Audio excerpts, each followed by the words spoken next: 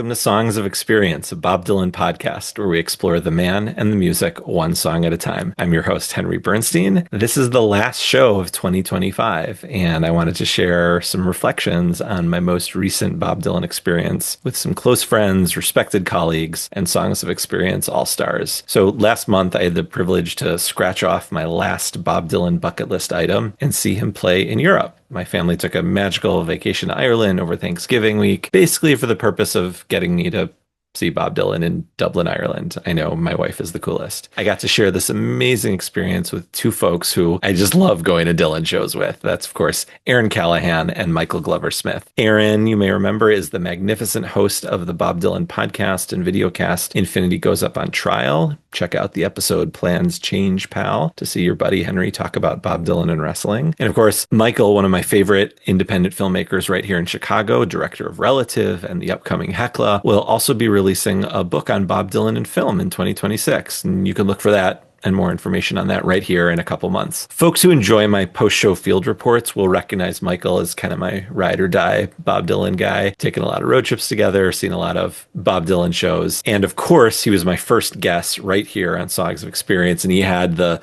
chutzpah to talk about Tempest in episode 1. Of course, you can go back and listen to that great discussion of, I would say, an often overlooked lengthy Bob Dylan song. So I sat down with these two and hashed out our whirlwind dreamlike evening for the three of us. Let's check it out.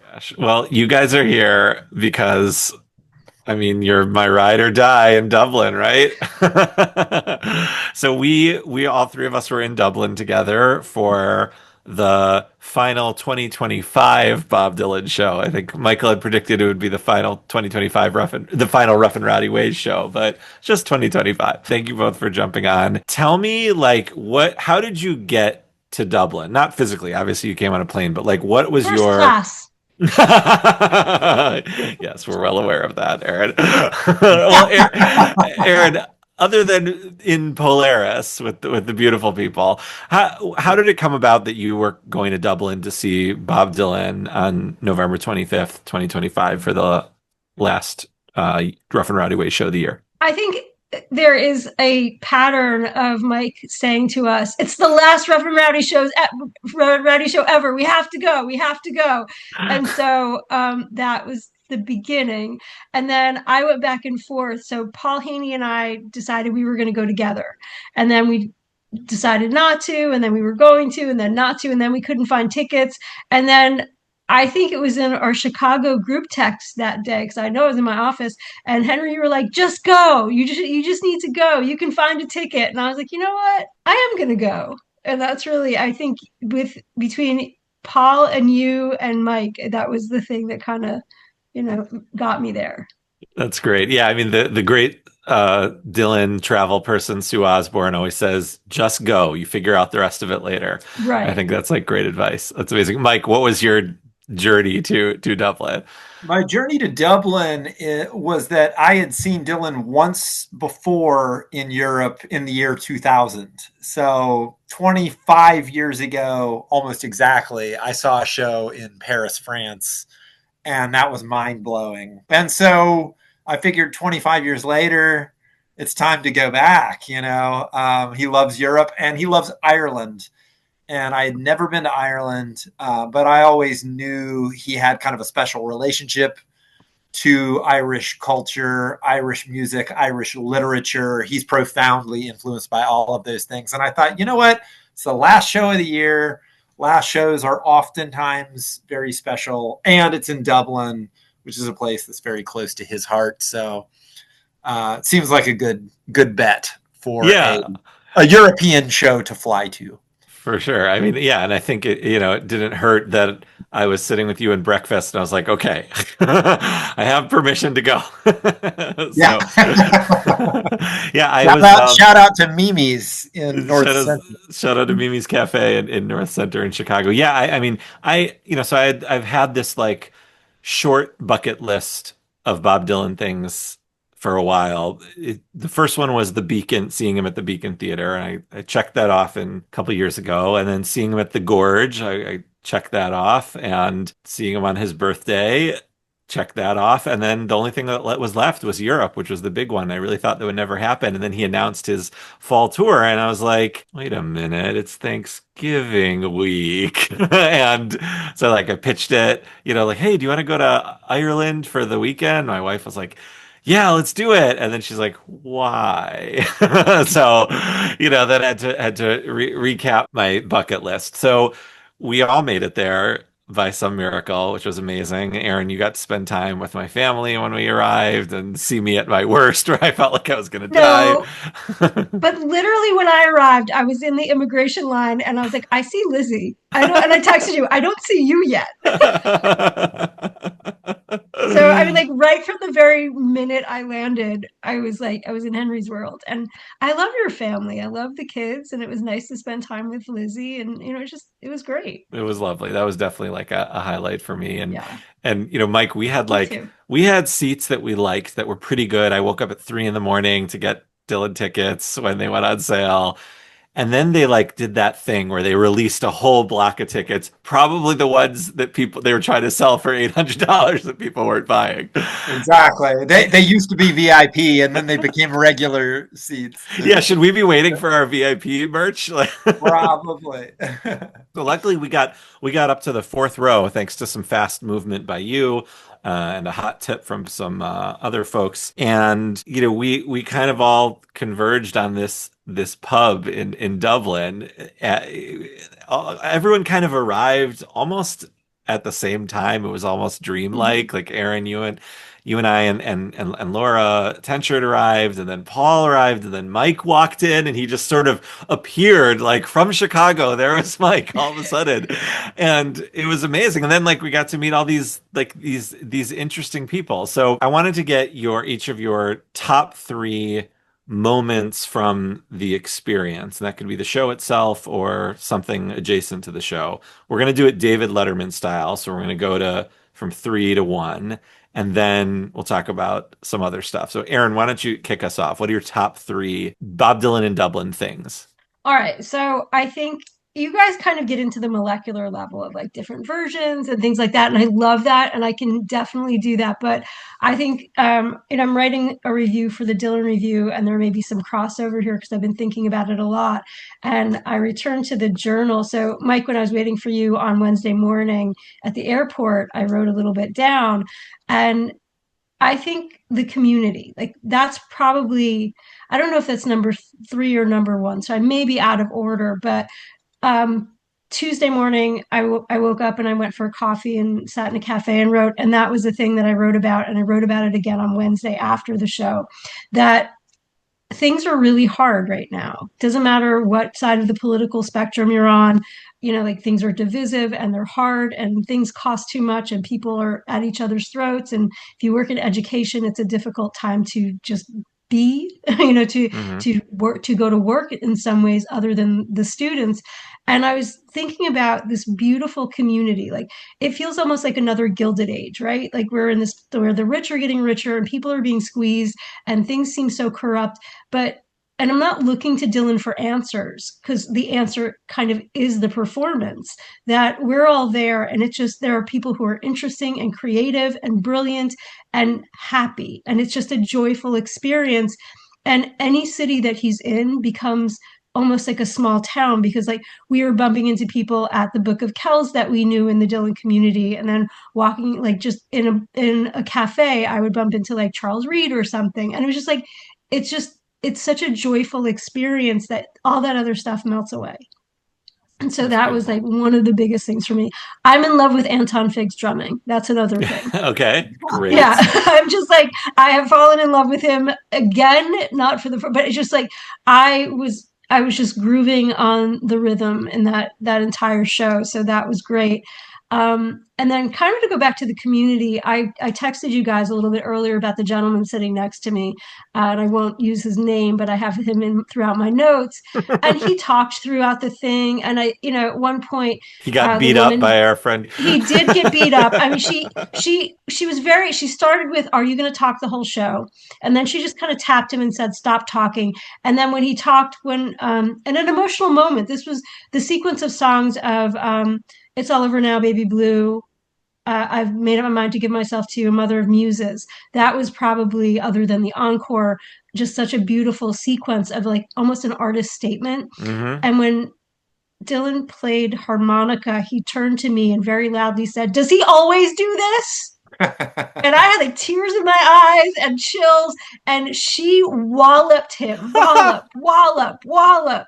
And with and her open with her hand, she was behind us, and she just like God. smacked him, "Shut up!" Like she just was so. But when I thought about it, he was just a guy who was seeking connection, like we all are, right. and he was doing it like many of us do through Dylan, and he was so excited to share the experience and be with someone. And it was like that. I feel badly for him that he didn't know the He just didn't etiquette know the of a etiquette. Dylan Yeah. show, Yeah. right? And I did tell him like, "Hey, bottle that up. We're great. It's great you're excited, but we'll talk about it after because we're all having this experience."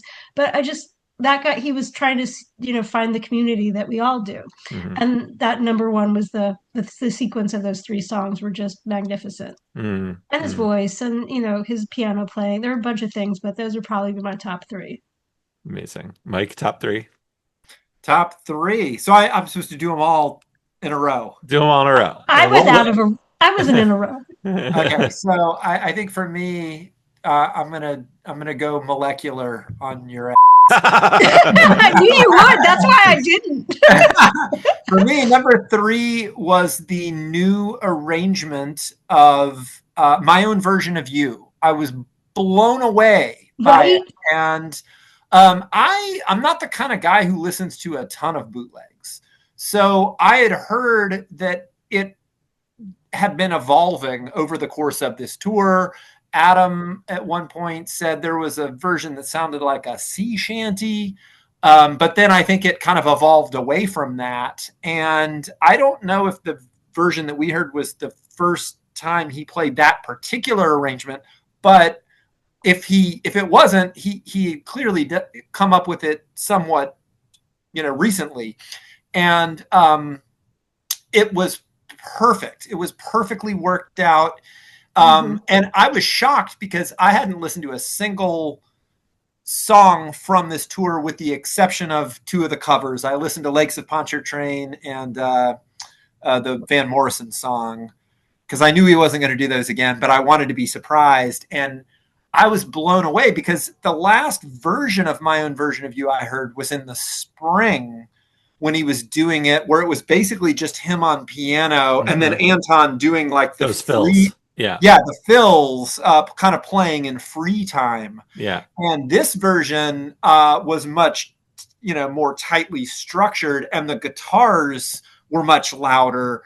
They still gave Dylan, of course, a lot of space to sing the lines, but at the conclusion of every line, there were two kind of big chords that came crashing in. So it had this kind of ominous sound where it kind of, it was kind of chugging along, and then at the end of every line, it was like bop, bop, bop, bop, bop, bop, bop, bop, like that. And was that the one that you said reminded you of Forgetful Heart? Yeah, it did. It reminded me of Forgetful Heart from the Outlaw. The sort of da-na-na thing.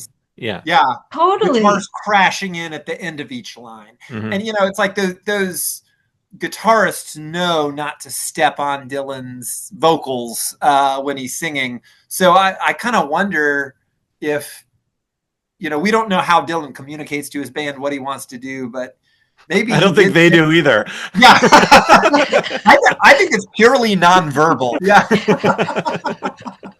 But who knows? Maybe he said something to them like, let's do to this what we did to Forgetful Heart, Right. And both of those things kind of also remind me of Cold Iron's Bound. Right. From the Masked and Anonymous version, which is kind of like stripped down yet also, punctuated by the band. So that would be my number three. My number two is It's All Over Now, Baby Blue. My God. Again, I haven't heard any other versions, so I don't know how similar it is. Did you get chills as soon as he started that? I lost it, and I knew what it was. Unlike Yeah. my own version of You, I had no clue what it was with Baby Blue, I heard the melody in his piano playing, Yeah. Yeah, there's and he added like a minor in there, but yes, it's that melody is unmistakable. it's unmistakable. And he sang it in a like a descending melody. You know, Yeah. it's like Yeah.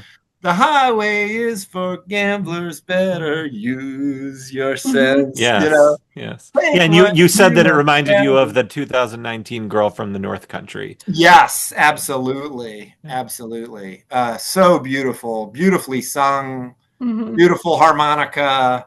You know, there's always, you know, at every Dylan show, there's always one moment where he sings very tenderly, Mhm. Hmm. and it just, you know, it just It was captivating. Like it Yeah. just, captivating. it took Yes, my breath away.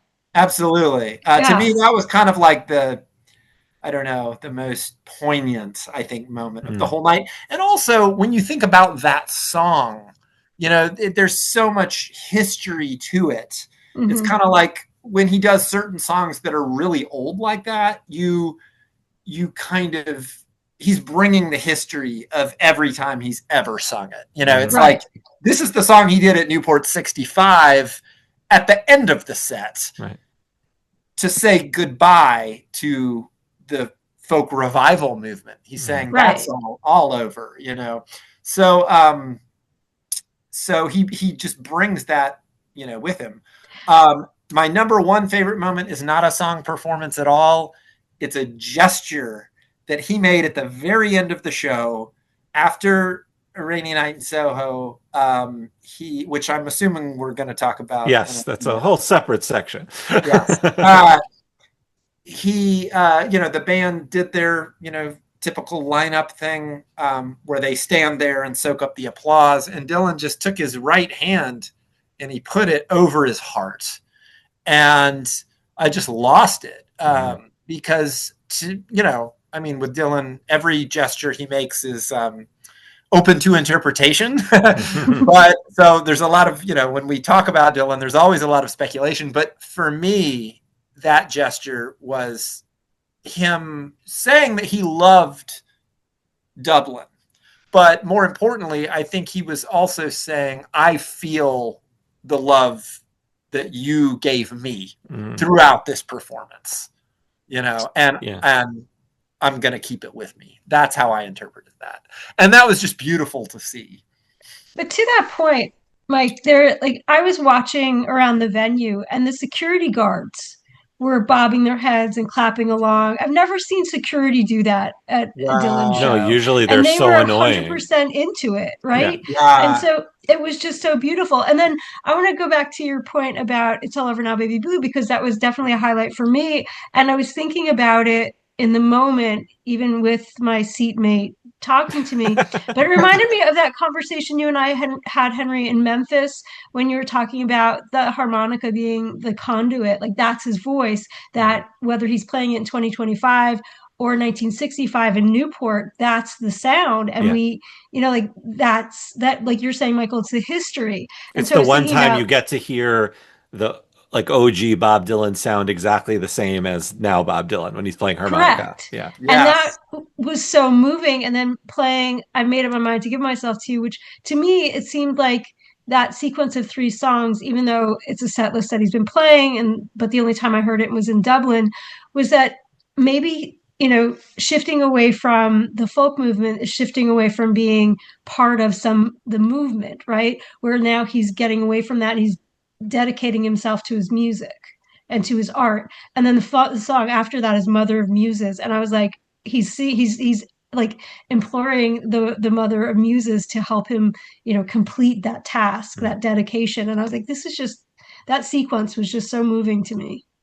Yeah. I mean, I remember when Mike, when we were driving home from West Lafayette, Indiana last spring, and you said something about certain songs like sort of being the mirrors of each other, and I think you were explicitly talking about "It's All Over Now, Baby Blue" and "I've Made Up My Mind to Give Myself to You," and Mm. that like he's sort of saying goodbye in "It's All Over Now, Baby Blue," and then completely relinquishing himself back Yeah, in yeah. I made up my mind to give myself to you. So Yeah, yeah, they work together as kind of like a little yeah, they're companion pieces like yeah, within. Right. salt and And pepper. I also feel that way about Black Rider and My Own Version of You, because those are back to back as Hmm. well. And that's kind of the dark and scary part of Yeah, the yeah, Set that's the list. spooky set list. I wanted to I would respond to two things. So for mine, my top three was sort of a combination. It was also My Own Version of You, It's All Over Now, Baby Blue, and then the whole community thing, like that, the whole experience. So like no shocker that the three of us are all kind of on the same wavelength. But um the thing about it's sort of like Bob Dylan has, you know, if you buy into the Rough and Rowdy Ways tour, you're buying into a sort of built-in community of understanding a certain piece of art as it's presented without having to judge it and be mad at it, or like it's just this is what we are experiencing. We're experiencing the Rough and Rowdy Ways tour show. It's like a Broadway show almost. And everyone who's there and into it, I think, is having a shared experience, and that's the community. It's funny though, because some people like they just don't know how to behave. Like the guys behind me, this one guy, he's like, "Oh, Key West, I love this song," and he like cheers his mate, and then talk throughout the whole thing, but Yeah, like about how much he loved it. It's like, yeah. dude, Listen to the song if you yeah, love it that and much. it's like, And then would give a standing ovation at the yes, end. every song, every Well, at song. least he was into it, Super into it, Exactly. super into it. Yeah. So, so I guess like, I really feel like a connection to the people who are experiencing it in the way that I am, but I also sort of, I didn't get as enraged as I would on like the American tours of Rough and Rowdy when people were just completely misbehaved. Like at least this guy was into it. Like he loves Key West. Like, Yeah. Right. so I think we should also talk about the fact that this was a pretty large venue. oh, huge. This was I this mean, the biggest Rough and Rowdy Yeah. it, venue? biggest one I've ever seen. Yeah, it It was. was bigger than West Lafayette, Indiana, right? Oh yeah, oh yeah. It was about 9,000, I think, the Mm. capacity. And it was So pretty sold out. it's an arena. I mean, when he plays in the States, he only plays this show at theaters, which Hmm. normally hold between like 2,000 and 3,000. Right. There's one on the upcoming tour that only holds 1,100. I think it might be Bowling Green, which is like That's going to be very. amazing. I know. Yeah. But I thought the audience was extremely well behaved. I mean, They were I read wonderful. reports online later that someone got kicked out for fighting and blah blah Okay, blah. wait, I have something to say to that Go because ahead. I was in first class flying over, but I was not in first class at the show. You guys were in the fourth row. Yeah. Fourth And row, yeah, yeah, We so didn't I'm see just all the shenanigans yeah, behind us. We yeah, didn't see any of it. We had no none idea. of it. The only Okay, thing so Michael saw there is other than like, Bob Dylan was my jaw dropping during yeah. My Own Version of You. Okay, right. No, well, I just go maybe ahead, go I'm ahead. also maybe I'm biased because like maybe I'm projecting a kind of romanticized notion of the Irish audience, and Right. I kind of want them to I was be trying not to pay attention, but there was something over to my right, and I see like all these people like running up, and there was security, and it took a while for them to like wrestle this guy out of the row, Oh my and yeah. God. then they were standing at the end of the row, and to kind of get him, I don't know, like down the stairs, and they wound up like dragging him down the stairs where he kind of like bump, like he was like bumping Yeah. on his heels maybe. Oh my And then God. another gentleman, I think it may have been a medical issue because he came down very slowly, or I think Laura said that maybe he was going so slowly because he wanted to hear the song. So he was just kind of creeping down the stairs, which I can totally relate to. But the first guy, I mean, there was a huge ruckus. And I Oh was my trying not to pay God. attention because I was like thinking, I want to watch the show. I'm Right. going to pay attention. Don't pay attention to the misbehaving people. But yeah, Yeah. there was definitely at least those two folks that I saw How Well, far I how far sorted back out. were you? I can't remember. I never had my ticket because Laura got my ticket and Laura scanned my ticket. and They handed you paper. Laura and Brian Walsh. And so we just kind of shuffled around. I don't even remember what row I was in. Mm-hmm. They were like, there's your seat. I was like, cool, there's my seat. And I just sat down and stayed But you there. could see us from where you were. Who couldn't see you? Every time we go to a show together, I just look. I mean, if I'm in front of you or back of you, I just have to like do a 180. I'm like, there he is, because you're so tall. It's like, wow, there's Big Bird, and Well, Kermit. And also, you're very expressive. I love that. I love watching you at a show because you just, like you said one time, you have to show Bob love. Yeah. You do. I mean, Yeah. I think he felt it. I think he Of felt course. it. That's why he put his hand on his heart at the Because end of of the you. show. I think, yeah, exactly. He thought I was Yeah. Irish. He didn't know. No, the last thing I want to say about the crowd, I feel like whenever I go to a Rough and Rowdy show in America, maybe not the Cadillac Palace Theater, but like the smaller towns, I always feel like the people around me don't know what they're in for. Oh, totally. And also don't know how to process what's happening. Right. Whereas I felt like around us in Dublin, people were like quiet, and aside from the two guys behind Henry who were drinking and talking, but loved it. Everyone else seemed like very respectful and very, but very attentive. Attentive in a way that I thought was different than the typical Rough and Rowdy audience in America. Yeah, I mean the Rough and Rowdy audience in America I find very aggravating. It's a lot of season ticket holders of those various college town theaters or something that just have no idea what's going on, or and I always find like I'm near them, like in like the merch line or the you have that energy, they find you. They find me. Yeah, I'm like, or people who they're like checking Dylan off of their bucket list. Yeah, right, which I think is good. Like I think that's cool. Like I did that for my children. Like I think you should check him off a bucket list, but you should also be prepared for what you're going to see.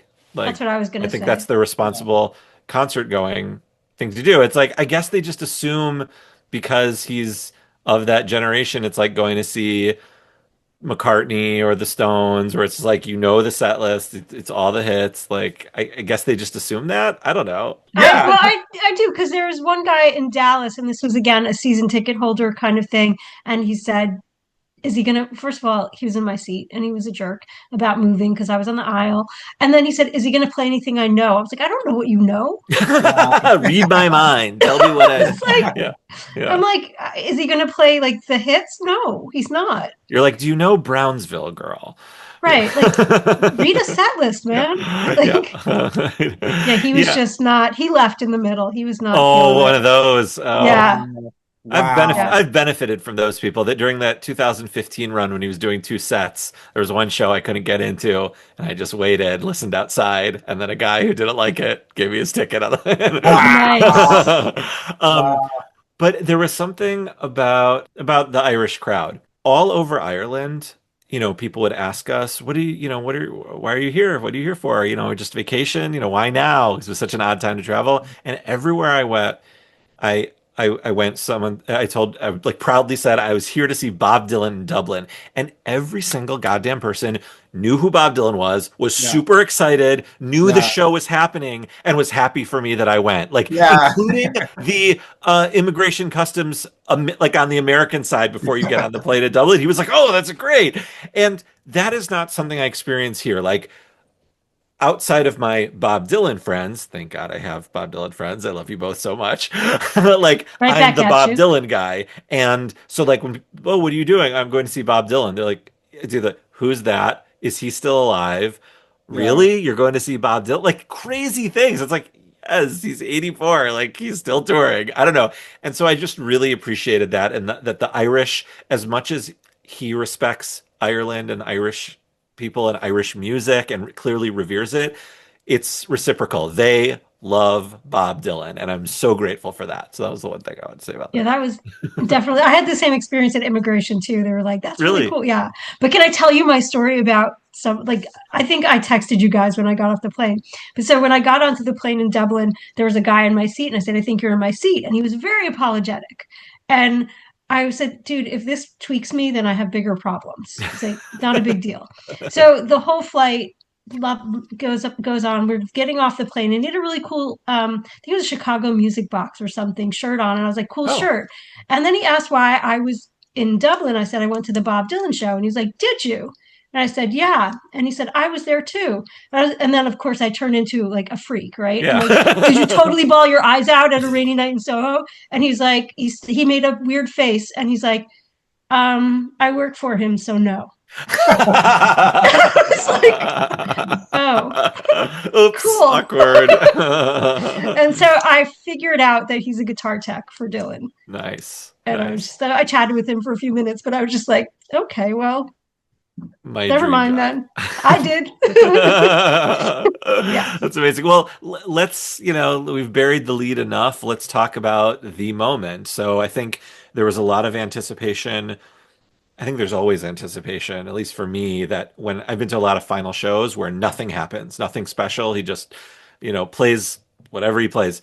But I think for this, there's something about this felt like could something happen? It's Ireland. It just felt there was an energy.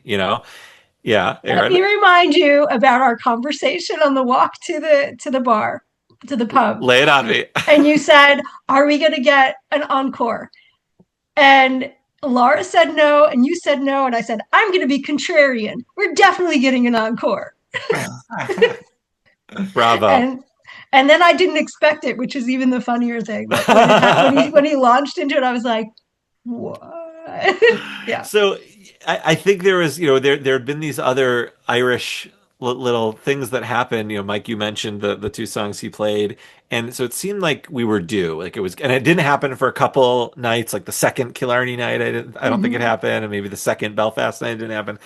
And Mike, you had predicted a rainy night in Soho because you No. had seen it on the first Outlaw show of 2025. You flew to Arizona, you saw it, you were there that crazy night when he did that, and you predicted this. What was it about that song that made you think, I think Bob's Dylan's going to play that? Well, I think it was just such a phenomenal performance when he did it in Phoenix. The first night of the Outlaw tour, and because the Pogues are from Dublin, it just seemed logical. They had already, played it once. They knew the song. They had worked out the arrangement, and this was the first show Dylan had done in Dublin since Shane MacGowan died. Right. He had paid tribute to Shane at the last two shows. Right. By what he said. Yeah, he wished him well, and right. He's not sort of, feeling well, or he's sort not of doing prayed well. for him right. in a way. Yeah, he said, "We hope he makes another record real soon." Yeah.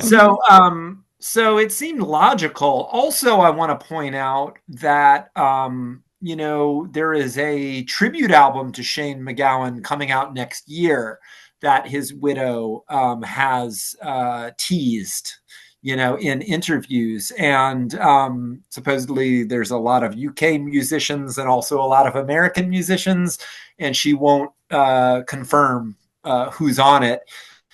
So they don't need to do anything. Like Bob doesn't. All they need to do is just put that track that we saw on yeah, there.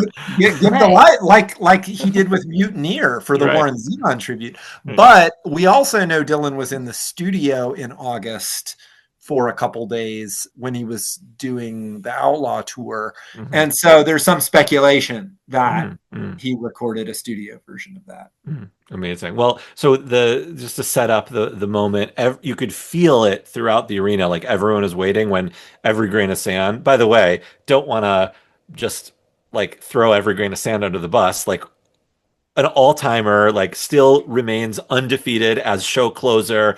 The singing, the harmonica playing, the piano playing, like just perfect song, like to end a Bob Dylan show. And then I remember looking at Doug Lancio, who didn't take his guitar off. He like adjusted something and kind of took a step back. And I like grabbed Mike and I'm like, he's doing it. He's going to play. And then we literally jumped up and down like we're at the Eras tour or something. and And then it happened. He went into it, and the crowd just that roar. The crowd just erupted. I turned to Daisy and she was like, an encore, an encore. And I just when I recognized the song, I just started crying. Yeah. Oh I yeah. don't It was know. I very mean, again, emotional. yeah, just the love in his voice when he Yes. sang it. The delivery was just so, it was sublime. And usually I feel that way about Every Grain of Sand, and I didn't think it could get any better, but Right. he really did bring it to another level that I I was bawling. I wasn't kidding when I talked to that guitar tech. I The, was that second sort of there's no chorus, but right, there's like that he there's like a part in the song like about halfway through where it feels like a chorus, like everyone kind of right, swelled together right. singing. There's a build, There's right. a build, and that was when I lost it. And because like those two drunk guys behind me, it was like they were in a pub. They were singing along. They were singing Right. along, We don't and it was get like sing-alongs with Dylan. That's the thing, right, is that we could, right? right, Yeah, yeah. That's what made Well, it even more special. yeah, right. I mean, I've told people since then that there was no song because I was telling my partner's family over Thanksgiving. I said there was no song that Bob Dylan could have. There was no Bob Dylan song that Bob Dylan could have played that would have gotten that same reaction. If Right. he had played Like a Rolling Stone, it would not have blown the roof off the joint the way that it did when he played Rainy Night in Soho. There was a moment where as the roof was blowing off towards the end of the song, Bob got up at his piano and is like, it's ineffable. Like I can't describe it. There was something that happened. There was like this transmission of energy from Bob getting up at the piano, and it was like he was pushing those notes like into my body. Do you know what am I Yeah, insane right now? No, yeah, it's perfect. totally. No, And the crowd stood up with him, which was Yeah. just like, everybody stood. Because at it was first Mike and I were going to be up the whole time, and then the people behind us started down in fronting us, which was crazy. It was the last song, but whatever. We right. we sat down. But then yeah, he willed everyone to stand up. Was the whole arena up, Aaron, at that point? Like did Hmm. you Yeah. oh, Like, how could you not be? Like, he stood up, and I feel like it was just like, yeah, he rose us from our seats, like with his right. own energy. Yeah, yeah. And there was kind of a long instrumental coda to the song where they Mhm. kind of played the melody slower and slower.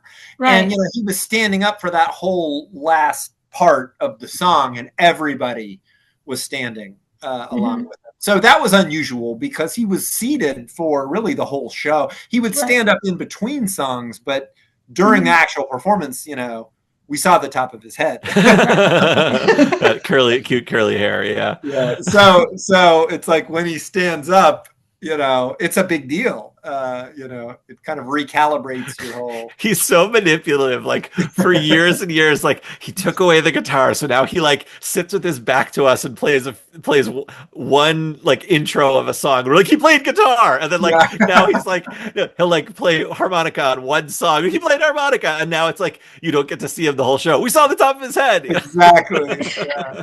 But no, you're right. There was something very moving about it. Yeah, It's like he did it on purpose. He was feeling it. he was It moved was so also. generous. I mean, like, Yeah. that's what I think it was. Like, it was such a generous moment. It was generous. Yes, he did the thing we wanted him to do. Like he actually did it instead of Right. being Bob Dylan and not doing it. Which Right. is the Right. most Bob Dylan thing he could have done. Yeah, and Right. we would have said, "Thank you, sir. May I have another?" Well, now to talk about last shows, Mhm. Henry, you and I were at Evansville, Indiana, which was the last show of 2023. Yes, December 1st. Yeah, Yes, a rare and December show.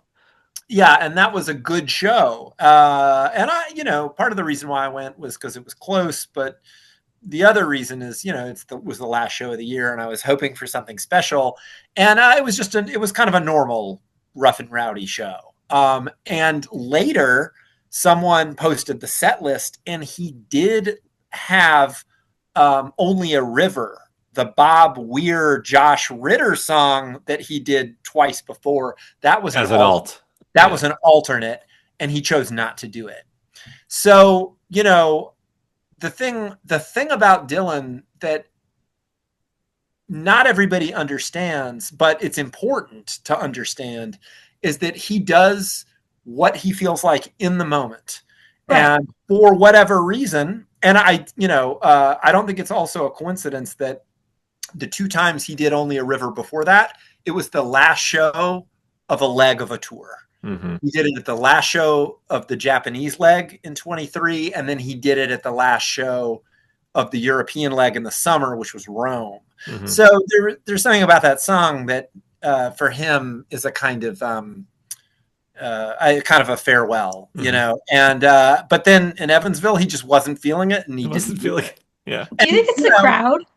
I do. Sometimes, yeah.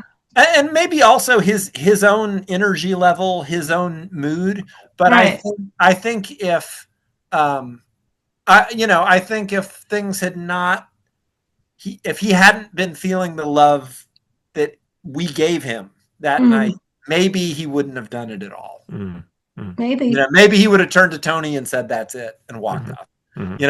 That's what I believe. I think the only other last show I've been to was the Austin show where Jimmy Vaughn played. Yeah, that was pretty special. That was pretty great. Just a little bit. Jimmy Vaughn came out.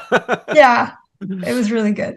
That's awesome. And I think I was wondering too, since you've been to last shows, is there an energy to the last show? Like, this is it for a while, and they kind of bring their best selves. That's what I felt at both of the last shows I've been at. Like, there just feels like a different energy. Could be. I think in Evansville it didn't feel that way. I think sometimes at the Outlaw shows it does feel that way. I mean it.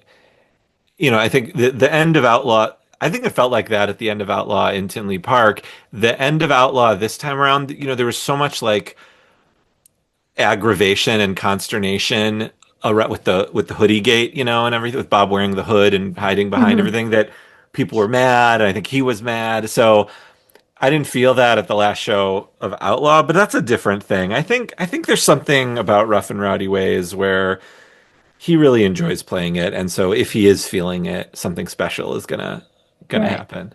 Yeah, well, I felt like almost with Jimmy Vaughn that it was like the Let It Be sessions where when Billy Preston comes in, there's this new energy, and like everybody's so happy, and Court, they kind of want to impress him. They behave because they want to impress him. Yeah, Court said it looked like Christmas morning Tony because he had this big smile on his face, and so there was just a different energy on the stage. So that was kind of cool. But, I don't know. It could be. I mean, I think also there's, at least for me, sometimes with the Rough and Rowdy Ways tour, not this last spring because Outlaw was already in the books. It was already had tickets to it, but I think the year before, like I also feel like anxiety at the last show because you don't know what's going to happen. Like, had this been the last Rough and Rowdy Ways tour, that would have been amazing from a historical perspective, but I think I would have felt like tremendous anxiety as to, is Bob Dylan ever going to tour again? What's going to happen? I think we have that sometimes when we don't hear from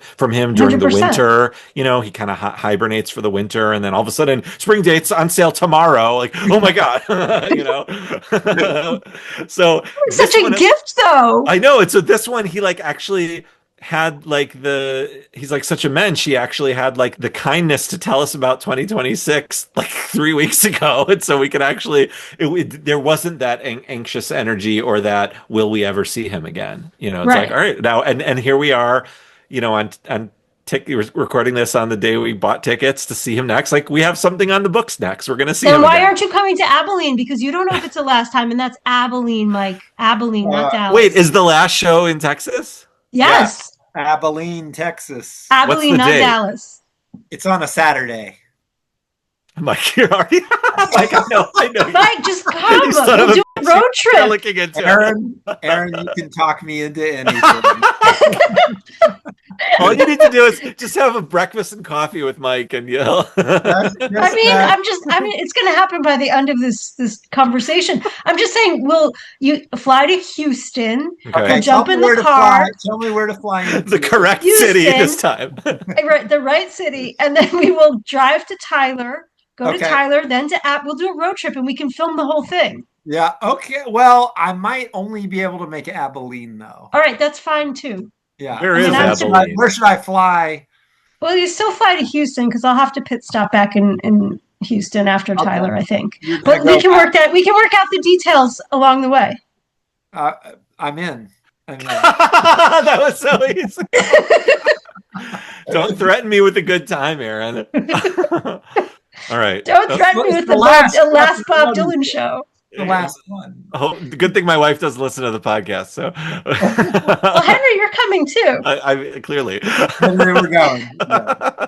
How I've can never you seen him in not? Texas. I mean, I do look at those things. Like, I wouldn't call it a bucket list, but like now that I've seen him in a number of states, it's like, oh, check off another state, you know? I mean, Yeah. you should. Interesting. Okay. I see, like the wheels are turning. This is not good for me. This is not I am healthy. the devil on everyone's shoulder right now. Well, we deviled you to come to Dublin, so That's true. It's That's really, a- I mean, I'm like Mike. It's not that hard. Like, okay. Do you feel? I feel like really satisfied about Europe. Like I did it. I can check it off. Do you feel like if he did another Europe tour, you would need to go, or you feel good? I saw him in Paris in 2024. So I think I would want to see him in Rome. That would be the Mm, only European city I might want to go to.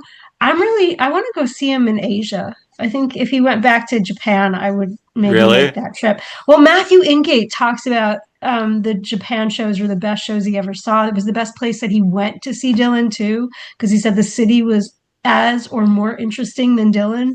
Mm, So that might be on my bucket list if he goes back interesting. to Asia. I love How that about Bob, like everyone is speculating, like South America, Australia, and he's like, no, just the Midwest again, and the Abilene? South. Yeah. What about you, Mike? Would you go back to Europe? Absolutely, I would. I You go know, anywhere. but I feel like I would go anywhere at this point because You just want to see him. at the age of 84, you know, with each year, each passing year, I feel like we never know Right. Right. how many more shows there are going to be, and I feel like before the pandemic, there was a period of time where I really did take him for granted. You know, there were Mhm. shows I didn't go to in Chicago, Same. which now seems Same. insane. Right. And the reason why I didn't go is because I thought, oh, well, he doesn't have a new album out. You know, like I've seen him since his last album, so I'll just wait until the next one. But then, you know, when COVID happened and he took a year and a half off, um, I think all of us realized there may never be another show at all. Right. So, you know, the Rough and Rowdy Ways tour has been kind of a triumphant, you know, final act for him as an artist. The fact that he's played, God knows, I mean, 200 and I think 76 Rough and Rowdy shows plus the two Outlaw tours. But who knows how long it's going to be? I mean, you know, my other musical hero, Leonard Cohen, played his last show at age 79. And nobody would have thought that would have been the end of the line for him. Right.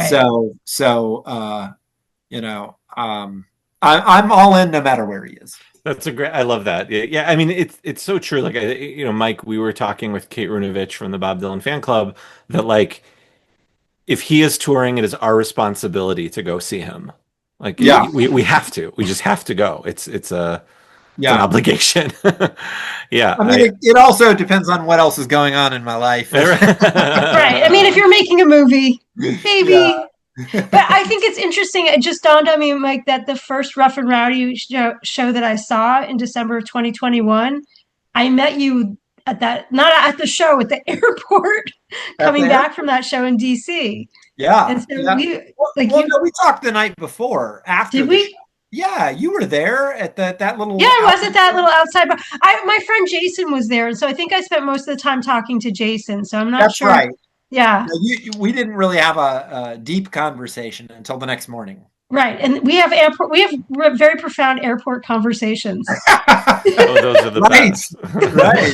That's our shtick. But I've been on like the Rough and Rowdy Ways tour. Is sort of like I've been on it with you since the beginning. We've seen several together. That's insane. Yeah, and I realize with tickets now to Waukegan and Rockford in spring of 26, I will have seen at least one show for every year of the tour from 2021 to 2026. That's Same. six calendar years. I mean, that's a lot, It's you amazing. know? I only missed 2022. That was the only year I did when he did the Southwest Yeah, he and the came West nowhere Coast. near. Yeah, I flew yeah, to you, Austin for that. yeah, Yeah. yeah. I didn't. I missed that one year. That's the only year. Yeah, and and Mike, we should say like Dublin was a big deal for you. That was your 100th show. Yeah. Like Yeah, 100. so, Yeah, it was a milestone. so So that's kind of a big deal. it is. A Yeah. So huge now you'll get deal. 101 and 102. So yeah, Aaron, did you ever figure out your number? I have no, I just No, I'd have to sit down and write them. I just or look through Bob his Sir. set list, yeah, or Bob Serve or something to figure out. Go to I know Bob. my first show was in 1995. I know that was with the Dead. That I know for Wow, certain. Yeah. wow, Yeah. that's awesome. That's great. Great. Well, do we want to say anything else about Dublin or the Rough and Rowdy Ways tour? I don't know. I mean, We'll I'm see him in just 2026. I mean, we can run we this back will. as many times as we want. Well, Yeah. I would just like to say it was a genuinely great show. I Mhm. didn't listen to it until tonight to prepare for this podcast because I'm not the biggest bootleg listener, but I thought, oh, I should refresh my memory. And, you know, in my memory, I thought it was a little slow to start. I thought, Me oh, too. it didn't really kick in until False Prophet. Right. However, when I listened to the bootleg, I was like, wait, he sounds What was I great. thinking? Yeah, like no, he's like locked in on "I'll Be Your Baby Tonight," you Mhm. know. So it really was a great show, and You're saying that like it's sort of just on its own stands alone as a great Bob Dylan concert. yeah, Yeah. absolutely, Mhm. absolutely, it was great no matter where it would have been, Hmm. if I had been there or not. It's a fun listen, Hmm. and I Great. think it bodes well for the future. I think I agree. he's got a Yeah. lot of energy, and there's no reason why he can't keep it going. I've been fielding a lot of messages from folks over the last few days, Bob Dylan friends, ranging from I'm so excited that the Rough and Rowdy Ways tour is continuing to this is fine, but I wish he had a new album coming out to I'm ready for something else.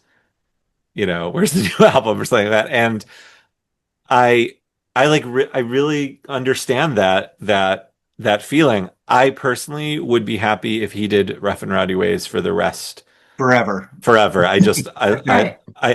but I also understand that feeling of this was amazing and I'm ready for something else. They both feel true to me, but I'm sort of game for whatever he wants to do at this point. I feel like he's doing something with the tour, and I just, it always takes us a while to catch up to it. And I get that because I have a good friend, a Dylan friend, who's like, "All right, guy, change up the set list. Like we're over this now." And I'm like, "Are we though?" And Yeah. I'm I'm not. I'm not, and I want to meet him where he is, and I want to, Right. take what he is giving to us and performing to us and preparing for us and try to understand, the ins and outs of it and what it is. And I'm just here for it. And like Mike, wherever he goes, I'll go too. Amen. Yeah. Yeah. Great. Yeah, and then I mean the other thing is, he used to vary the set lists quite dramatically from Mhm. night to Right. night, but now it's like he's varying the arrangements from night to night, and Right. that's what you have to appreciate in order to get something out of it, which Mhm. of course we all do. On paper maybe it does look boring, but when you're there, it's exciting. It's No, I magical. remember when I came to Chicago in 2023, someone said to me, "You're going to see the same show 3 nights in a row." And I was like, "It's never the same show." Mm. Yeah. And just for that, for the arrangements and also the energy of the crowd, because that second night in Chicago, the crowd was very low key, I think. Until the Grateful Dead song. Right. Then they And then came everybody alive. went nuts. Yeah. Yeah. Yeah. And then and then night three, he was low energy. The band was low energy. The crowd was low energy. Yeah. Yeah. Yeah, it's you're right. It is a different show every night. I should start saying that because people say that to me all the time. You're gonna see him the same show 3 nights in a row. I'm like, Right. yeah.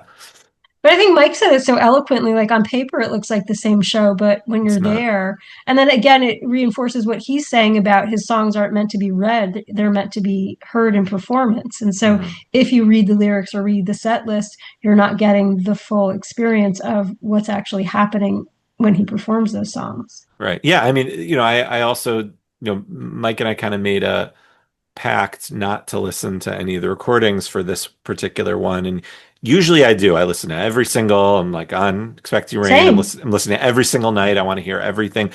I think at a certain point, I would like cherry pick some of the songs I wanted to hear, like Desolation Row or something. Mm-hmm. This one, I like wanted to go in cold. I wanted to experience what it felt like to hear Key West that first night in Milwaukee in 2021 for the first time, as close to that feeling as possible. And Right. certainly with my own version of You, I got that. Like, I remember my jaw dropping and just staring at the top of his head for like a good two verses of just, Mm-hmm. you know, and there were other moments like that. I also feel like the fact that he is the quote unquote hits that he is playing, the stuff from the 60s, I Mm-hmm. just feel really like honored that he would play that song for me, that he would play Desolation Row for me. Like until he brought back Desolation Row and Outlaw and Rough and Rowdy Ways, I had seen it twice. It was one of those ones like I always missed the night, the night before, the night after, but Right. I had seen it twice. And now it's like one of my most heard songs because I've seen so many Rough and Rowdy Ways. I mean, so is I'll Be Your Baby Tonight, but like, Mm-hmm. but I'm like so grateful for that like I have seen more than 10 Desolation Rows. Like to Right. me, that's like a really special thing. And again, I feel a responsibility that if he is still playing Desolation Row and It's All Over Now, Baby Blue, and It Ain't Me, Babe, it is our responsibility to go see him play those things while he still is. Right. I agree. Great. I'm glad we're all in agreement. Of course. This Awesome. is why this works. Yeah. Well, Yeah. I want to kind of, before we sign off, I do Yeah. want to speculate a little bit about the future. Okay, Mike. Please do. Make your predictions because you're pretty good. Yeah, I've got nothing. 50-50. You're Please 50%. tell us. So I do, while I, like you, Henry, am content to watch Rough and Rowdy forever, if that's how he wants to go out, I do feel like a new album is coming. I think this is my guess, and it's based on nothing other than a hunch, that he's going to go into the studio early 26. I think after the spring Rough and Rowdy tour, I expect him to do Outlaw again and then drop a new album in the fall and then do a major nationwide tour of big cities in support of the new album. And I think, the only shred of evidence I have to support that is it's not even evidence. It's the fact that he's not playing any big cities on this tour. I think he's, by the time the fall rolls around, it will have been 3 years since he played Chicago. He's never gone that long before between Chicago dates. I think on the whole never-ending tour, certainly not in the 21st century. He's never same with New York City. Same with New York City, exactly. Right. So that leads me to believe he has something up his sleeve. Okay. You heard it here first, folks. But if he doesn't, that's fine too. Mm-hmm. Great. Thank you guys so much. Can't wait to see you at the next Rough and Rowdy Ways show. I can't wait to see you. Well, yeah. Come to Texas, Henry. Okay. All right. We'll work on it. Right. It's not as convincing as Mike was. Thanks, guys. Thanks so much for asking us, Henry. Sure thing. Bye. See you guys.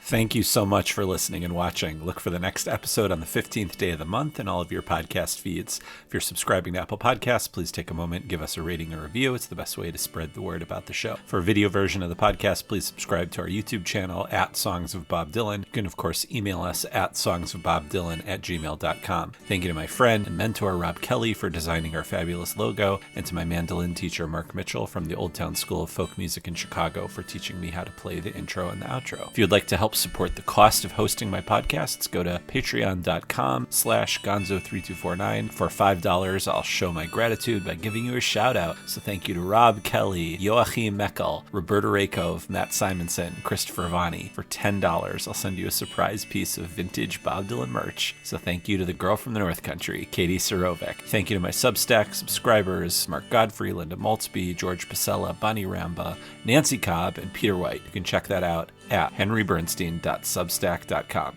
Truly, I love you all. Thank you again, and see you next time.